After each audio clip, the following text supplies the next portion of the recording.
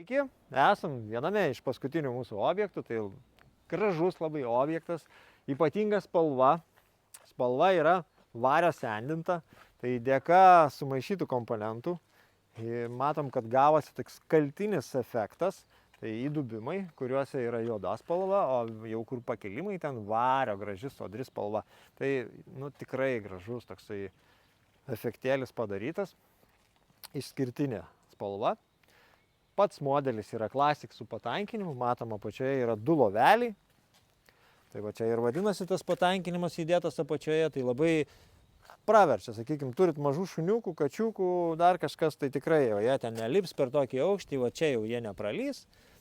Paprastai tarpelį galima daryti apie 7 cm, bet kai dvivėriai vartai, jį galima ir mažinti. Su stumdomais tada jau nesumažinsim, o su dvivėriais galima. Tik reiktų atkreipti dėmesį, kad ant dvivėrių čia, matom, nėra fotojutiklių. Taigi, išvažiavus iš kiemo, nėra apsaugos, sakykime, ne?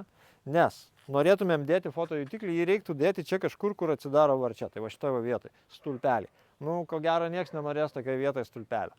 Tai dėl to jo iš šitos pusės nėra. Iš kitos pusės galima dėti, tai būtų apsauga įvažiuojant. Pati tvora, matom, stulpelį padaryti nedideliais atstumais, čia apie 2 metrus. Galima daryti būtų iki 2,5 metro, bet čia skaičiuojant tarpus iki vartelių, tai tie atstumai gali būti skirtingi ir viskas čia gerai. Tvirtinimo elementai panaudoti kampeliai, kampukai metaliniai, nudažyti tos pačios spalvos, kaip ir pati tvora. Galima būtų naudoti plastikinės detalės, bet jos labiau gremėzdiškos, tokios matosi labiau prie kitų tvorų tinka, prie šitos tai gadintų šiek tiek vaizdą. Tai va. Varteliai, paprasta, standartinė spyna, neprasta, nes juoda, graži, prie visko tinka. Vyriai, nudažyti tą pačią spalvą, kaip ir patys varteliai.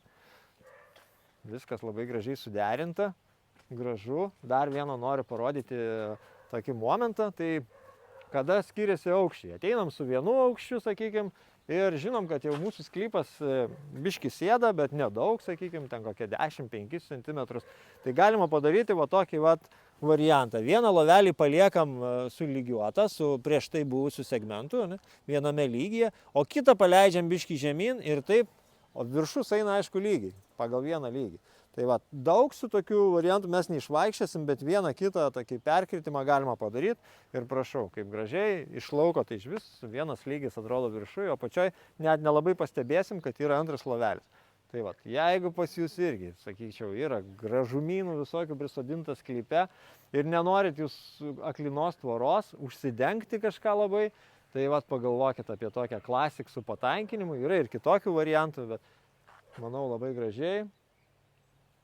Jeigu tinka, parašykit, paskambinkit, atvažiuosim, apžiūrėsim, patarsim.